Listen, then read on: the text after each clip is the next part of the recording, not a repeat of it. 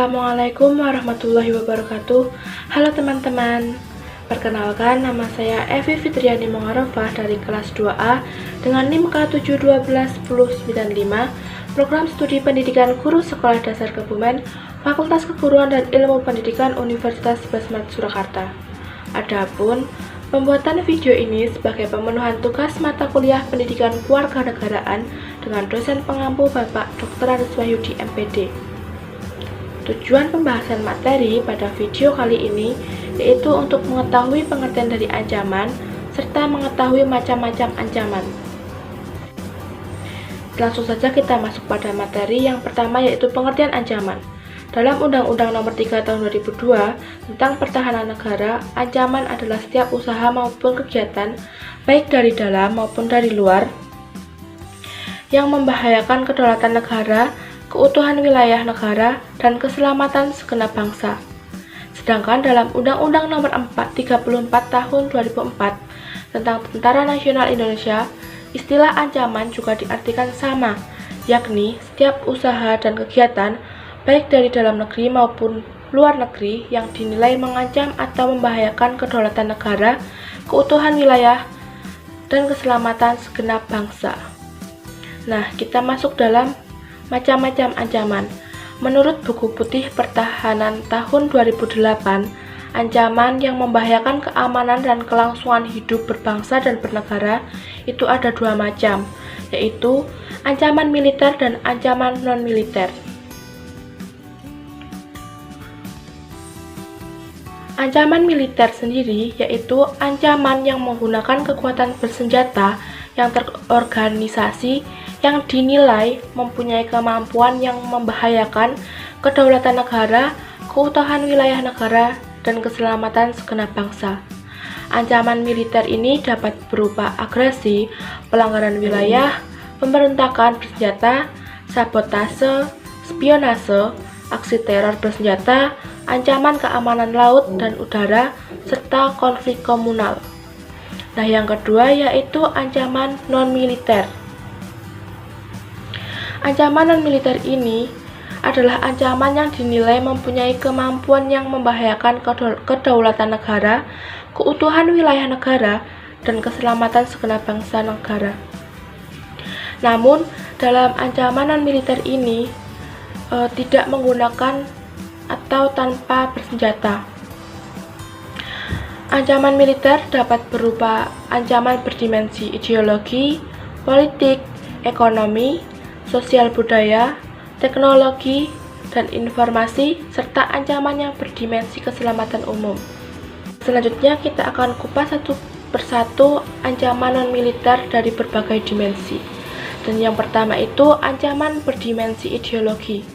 Contohnya ialah gerakan kelompok radikal sebagai salah satu ancaman yang nyata. Motif yang melatar belakangi gerakan-gerakan tersebut dapat berupa dalih agama, etnik, atau kepentingan rakyat. Dan yang kedua yaitu ancaman berdimensi politik, yaitu dapat bersumber dari luar negeri maupun dalam negeri. Dari luar negeri, ancaman dilakukan oleh suatu negara dengan melakukan tekanan politik terhadap Indonesia. Intimidasi, provokasi, atau blokade politik merupakan bentuk-bentuk ancaman non-militer berdimensi politik yang seringkali digunakan oleh pihak-pihak lain untuk menekan negara lain. Ancaman berdimensi politik yang bersumber dari dalam negeri dapat berupa penggunaan kekuatan berupa mobilisasi massa untuk menumbangkan suatu pemerintahan yang berkuasa atau menggalang kekuatan politik untuk melemahkan kekuasaan pemerintah. Ancaman separatisme merupakan bentuk ancaman politik yang timbul di dalam negeri. Nah, yang selanjutnya yaitu ancaman berdimensi ekonomi. Dapat dikelompokkan menjadi dua yaitu eksternal dan internal.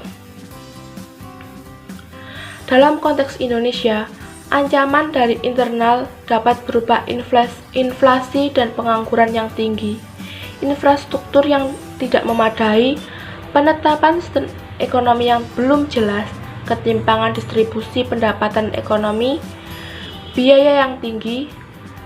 Sedangkan secara eksternal dapat berbentuk indikator kinerja ekonomi yang buruk, daya saing yang rendah, ketidaksiapan menghadapi era globalisasi, dan tingkat dependensi yang cukup tinggi terhadap asing.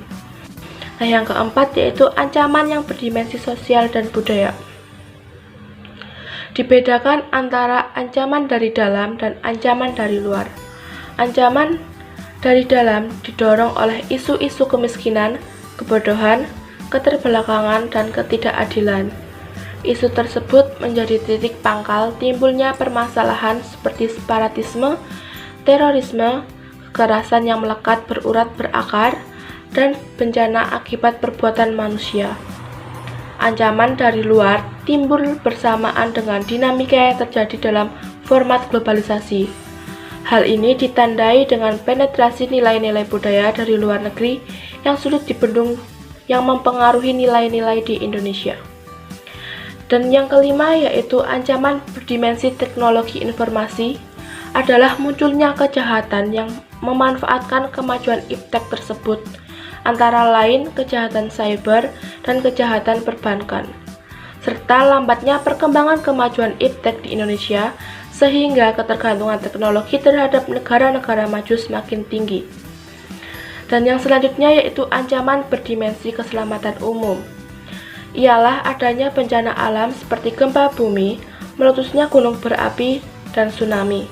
Bencana lain ialah disebabkan oleh ulah manusia, antara lain tidak terkontrolnya penggunaan obat-obat dan bahan kimia lain yang dapat meracuni masyarakat baik secara langsung maupun kronis atau menahun. Sebaliknya, bencana alam yang dipicu atau disebabkan oleh faktor alam yang dipicu oleh ulah manusia antara lain bencana banjir, tanah longsor, kekeringan, kebakaran hutan, dan bencana lainnya. Selain itu, keamanan transportasi juga merupakan salah satu dimensi ancaman keselamatan umum yang cukup serius di Indonesia. Dari materi-materi tadi yang saya sampaikan, ada kesimpulan yang dapat kita tarik bersama, yaitu ancaman adalah setiap usaha atau upaya baik dalam negeri maupun luar negeri dan baik bersenjata maupun tidak bersenjata yang dapat membahayakan kedaulatan negara, keutuhan wilayah negara, dan keselamatan segenap bangsa.